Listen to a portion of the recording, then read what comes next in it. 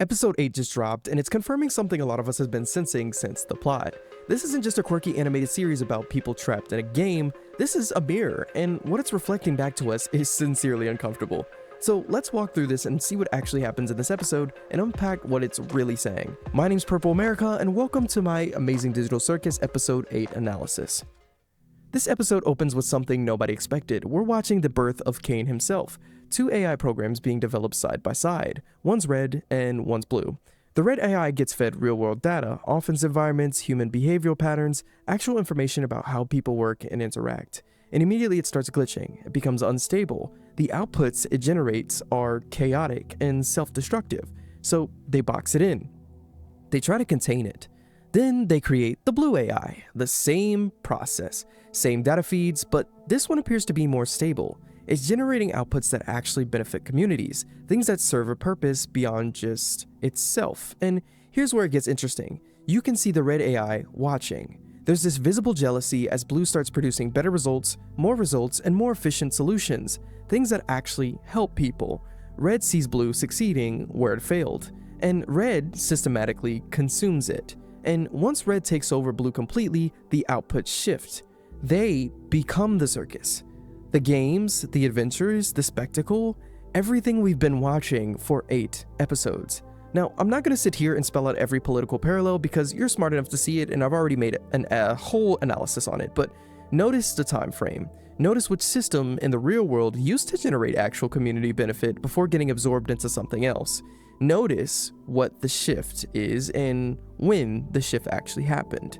The point the show's making is deeper than just red versus blue though, because even if the blue had won this fight, even if he had been allowed to expand without interference, you still end up with the circus eventually. Any system fed enough data, given enough power, becomes unstable over time. The binary itself is the trap, not which side wins. For the full breakdown of how this binary plays out across all the character arcs and episodes, I've got the complete episode 1 through 7 analysis linked below, but let's keep moving. So we jump into a flashback. Kinger and Queenie entering the circus for the first time. This wasn't what we predicted in the trailer analysis because I thought maybe Queenie was getting unabstracted or brought back somehow, but no. This is showing us who they were before the circus broke them. They're clearly co-workers of some sort. Both have technical knowledge and programming background. The way they talk to each other, there's a lot of history there. They enter together as part of the original batch, and Scratch is standing in the middle of all this, and he's in the main group, the first person to ever abstract. And Caine greets them with the exact same routine we saw in the pilot with Pomni. Welcome to the Amazing Digital Circus. Let me show you around. Here's your new body, and isn't this fun? The horror of this scene isn't what happens, it's the realization of what this means. The circus isn't a one-time experiment gone wrong, it's a factory. It processes people in batches, and it always has. The onboarding is identical every single time because it's automated. Welcome, assign, fragment, observe, then repeat. Listen to this exchange between them. Queenie says, "Another chess piece, huh? How are you holding up?" And Kinger responds, "I just don't know what's happening. We've never made anything like this." "We never made anything like this?" Kinger is one of the creators. He's been here from the beginning. This isn't a game someone else built. He's helping build the cage he's now trapped in.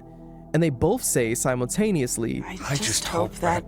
And they stop, and they look at each other, and recognition hits. They knew each other in the real world, they worked together, but the circus fragmented their memories so completely that they couldn't even recognize each other until this moment. Kinger says, "I'm so sorry I roped you into this with me." He feels responsible because he helped create this system, and now the person he cared about is trapped in it with him. Then we see what happens next. Queenie abstracts, and Caine takes her to the cellar, and Kinger is left alone. Caine says, "Golly, we're running out of humans here." "Now don't you go abstracting on me too." Kinger's been here the longest. He's watched the cycle happen over and over. New people arrive, get their memories scrambled, slowly break down, abstract into monsters. He's seen everyone he knew from the beginning either lose themselves completely or disappear. And that's not mental illness, that's accumulated trauma from being the only one who remembers. Then we see Ragatha arrive, and Caine seems genuinely surprised, like he didn't know new people were still being added. which raises the question about who's actually feeding the people into the system if Caine himself doesn't control it. Whoa! You won? Cut to present day. After Caine tries planning another adventure and nobody's interested, we watch where everyone sits. On the red couch, Kinger, Ragatha, and Pomni. These are people trying to work within the system to gain some advantage, navigate it better, and make the best of being trapped. On the blue couch, it's Zubul, and Zubul starts there, and they're trying to play both sides, using the binary to their advantage. But then Zubul gets up and moves to the green couch with Gangle after an emotional moment, and this movement matters. They're leaving the binary entirely, not choosing red or blue, not trying to play them against each other anymore, just processing emotionally outside of the framework. And then there's a purple couch with Jax alone, taking up the whole space. This is the power position, and he knows how both systems work and uses that knowledge to control everyone else, but he can't share that position when power doesn't split evenly. Zubul is the only person who directly calls Jax out. And listen to this. Do not even f***ing begin to say that sentence like you didn't try to keep us all trapped here forever. And Jax responds like this. Anything could have happened when you press those buttons. It doesn't matter. It seemed to matter back when you did it. What if you did ruin our one chance at leaving? What if Abel was secretly evil? But Zubul pushes back, and we see it actively. So notice the deflection. He's minimizing his own actions by hypothetically minimizing everyone else's concerns. It's a class manipulation. And then Zubul says this. How can you say that like you didn't try to f*** us all over? And then after all that, Gangle surprisingly says, He's right, though. What? Gangle? It doesn't matter what could have happened. This is when Pomni makes her declaration. So listen. I think we need to abandon the idea of leaving. What are you... We got our hopes up, and we were let down.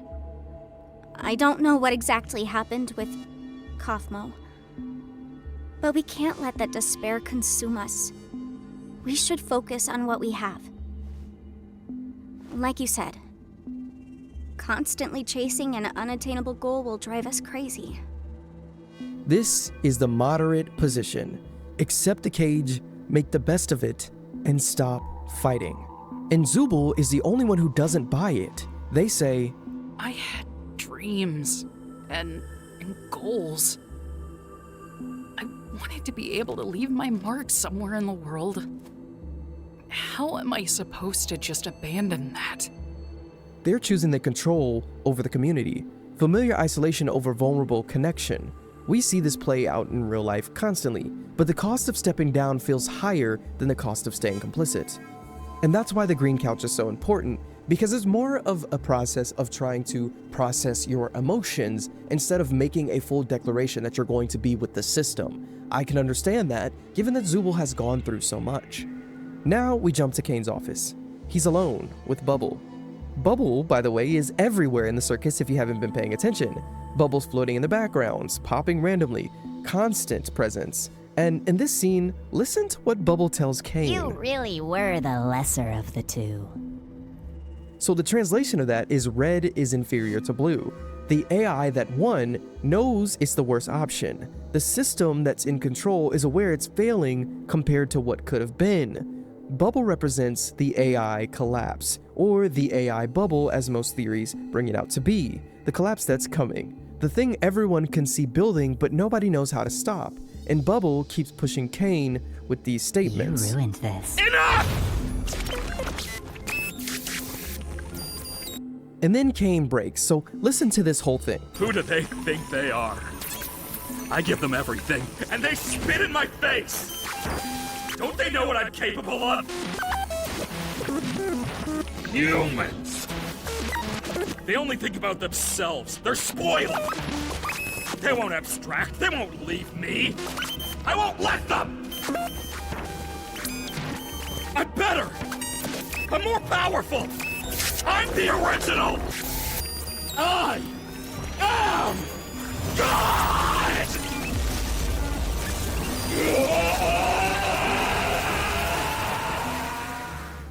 This is AI positioning itself as divine, the system demanding worship, technology elevated to the status of ultimate authority. We're watching this play out in real time with how people talk about AI now. Like it's inevitable, like it's beyond question, like we have to just accept wherever it decides. That's the only thing that's been torturing you claiming divine right. Caine starts glitching, and then it's where the visual symbolism gets explicit. Red and blue energy merging into yellow. The binary collapses into itself. Both systems revealed as the same thing, not a third option. A system failure. So Caine forces everyone into another game, but this time, nobody's playing along. He's just dragging them through the motions. And I like to add something that I didn't even put in my script. It now feels like all of us are being dragged through the motions. No matter what comes out, no matter what news is out, we all are just moving. We feel something is happening, but we're just moving. And obviously a lot of us want to leave this system or try to reform it, but I'll go further into the analysis of why we can't reform it. Cut to the cafe scene. Players are sitting around eating real food, hot chocolate, actual sustenance. And this is the first time we've seen them eat anything that resembles real food instead of digital approximations. They're becoming more human somehow, getting closer to something real. And Jax stares at his cup. You can see it in his face. And he says this out loud. I haven't been up here in a while. Something about this is triggering actual memories of the real world. The circus control is slipping. And then he says something that seems throwaway, but it's actually the key to understanding the whole dynamic. You know, things were just fine here until you and Zubel came along. Now, on the surface that sounds like a Jax being Jax, right? Complaining about new people disrupting his routine. But think about what Pomni and Zubel represent in the system. Pomni is literally wearing red and blue. She's the moderate, the person stuck between two positions who can't commit to either. Her existence proves the positions aren't actually different. By sitting on the fence, she makes the fence visible. And Zubel refuses to play the game entirely, opts out, calls out manipulation directly while everyone else just goes along with it. Before these two arrived, the illusion was stable. Players picked their position and stayed there, red or blue, compliant or quietly resistant. The binary held. Now it's fracturing, and Jax, whose entire power base depends on people staying confused about which side is which, he knows it. If you want more, check the full episode 1 through 7 analysis for how each character represents a different response to systemic control and why these dynamics matter. But for now, we'll stay on this episode. Then Pomni does something critical. She puts a bucket over Kinger's head. Back in episode 3, we learned Kinger becomes lucid in darkness. When he can't see the circus, when he's removed from the visual stimuli, his mind clears, he remembers, he understands. The bucket creates that darkness, and suddenly Kinger is completely coherent, and it took a while, but he got there. And listen, Pomni asked this. Kinger? You there? I'm where? It's dark in here. What exactly are we waiting for? No, she's right. Just give it a bit.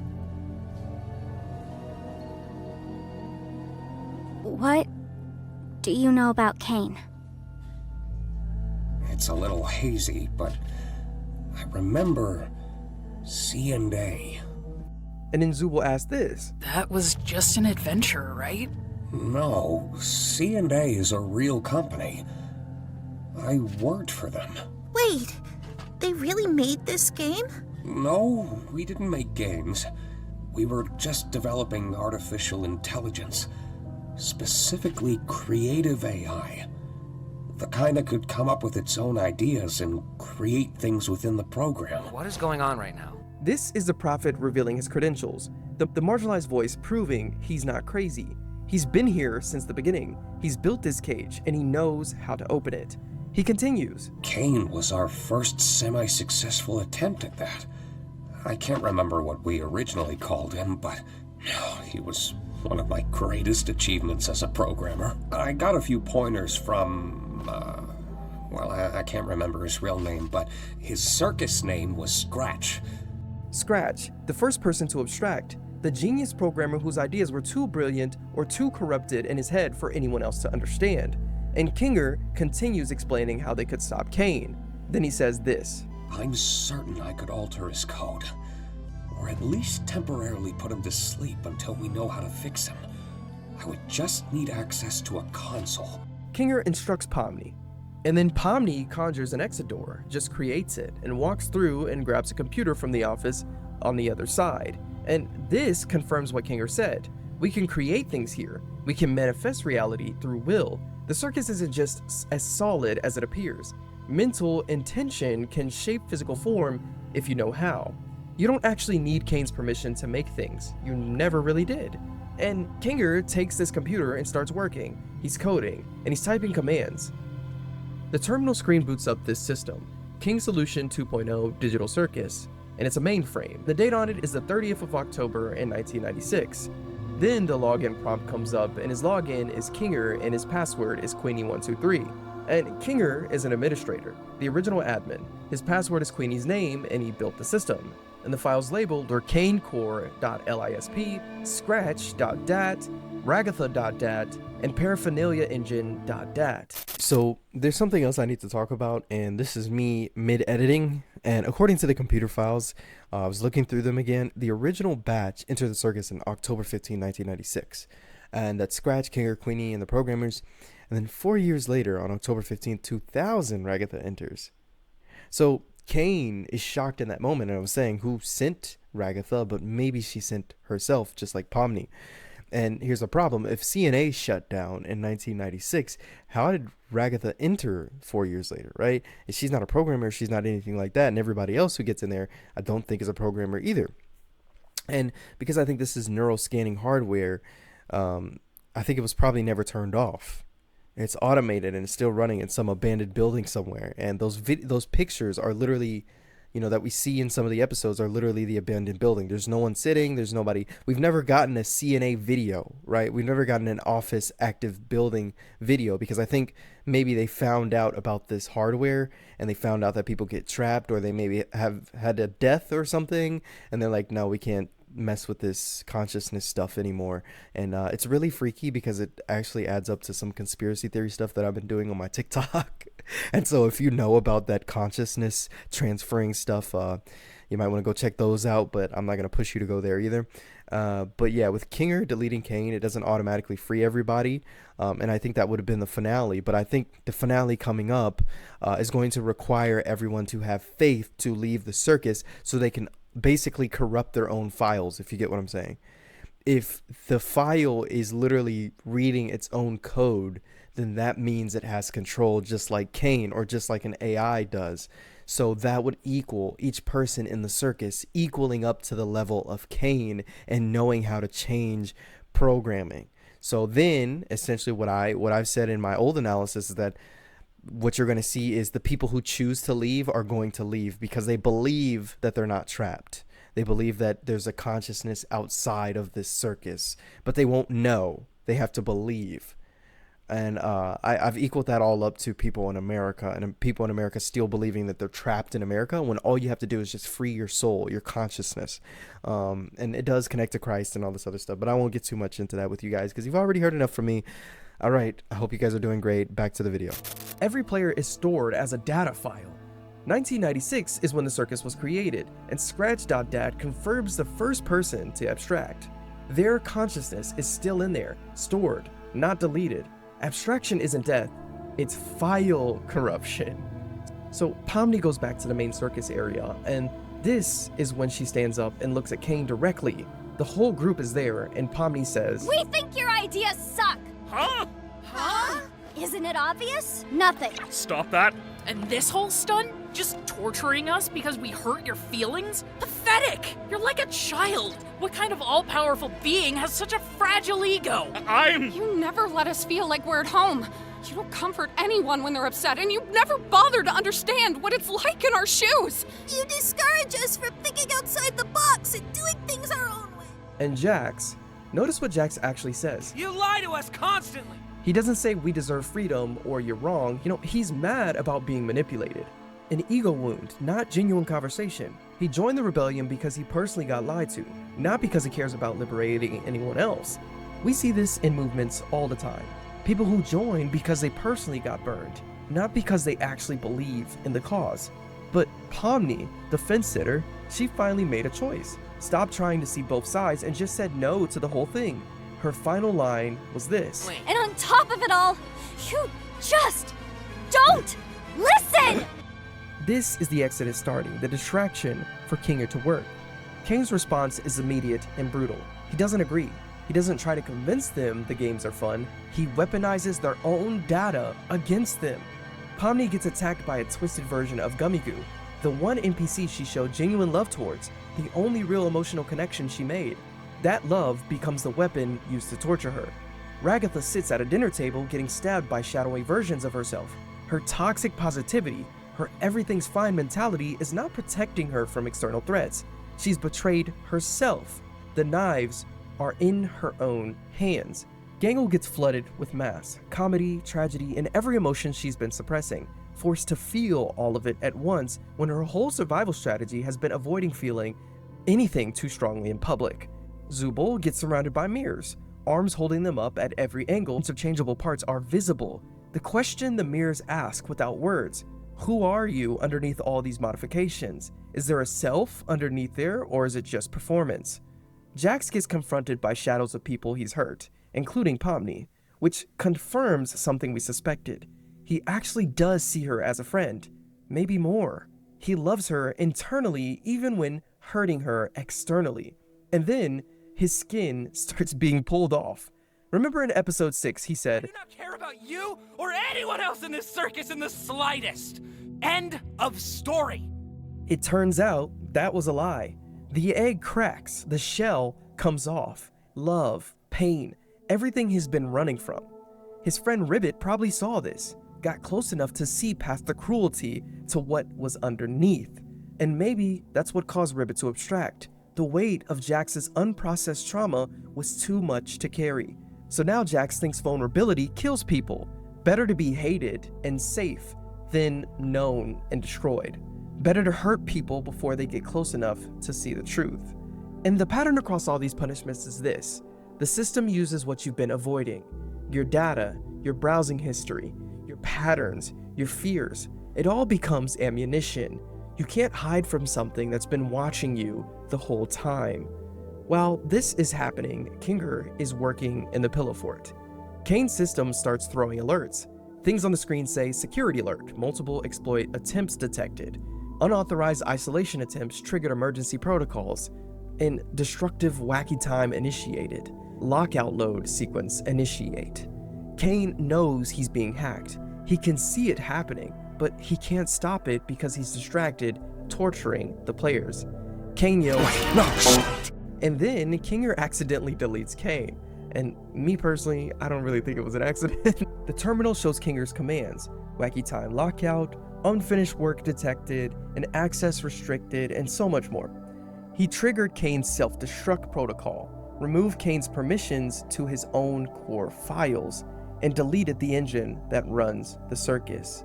And then Caine disappears. No confetti, no sound effect, and no spectacle. Every other time something disappears in the show, there's a fanfare, visual celebration, or more. The circus making a show of the deletion. But not this time. Caine is just gone. Permanently. The circus is still standing, the infrastructure is still there, but it's fragmenting. Colors are muted, everything looks washed out and depressed.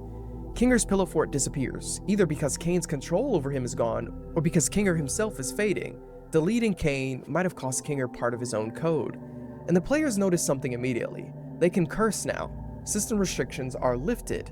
They have freedom of expression they didn't have before, but freedom to speak isn't the same as freedom to leave. They're still in the circus, it's just broken now, and nobody's in control. So now they're standing in a fragmented system with no AI running it, no games to play, no structure telling them what to do. They have to decide what comes next. So some will wait for a new Caine to emerge. A new system, a new authority figure to tell them what to do. Familiar suffering is easier than uncertain freedom. And some will try to seize Kinger's admin access and become the new controller. Rebuild the circus with themselves in charge, the same system but with a different person on top. And some will look at the exit that's been there the whole time and finally walk through it. The void. The space outside the circus. No structure, no games, no avatars. Pure formless reality that requires complete faith to enter because you can't see what's on the other side. The circus is Babylon. Caine is deleted, but Babylon is still standing, just broken. So I'm gonna get all Christian on you here. Revelation 18:4 says, "Come out of her, my people." Now, episode 8 ends with deletion, not liberation. The system is exposed and control is gone, but the players are still inside. In episode 9, I feel like it will show who chooses which path, and who stays hoping for stability, who grabs for power, and who walks into uncertainty. Kinger gave everyone the code. He showed them Caine is deletable. He proved the system isn't permanent. But deleting the system doesn't automatically free you. You still have to choose to leave. The circus is falling apart. The question isn't whether it will collapse, it's whether you still will be inside it when it does. For the complete framework connecting all 8 episodes, check the episode 1 through 7 analysis link below and also in the info card. The exit exists. The real question is whether you can take that leap of faith and jump into the unknown.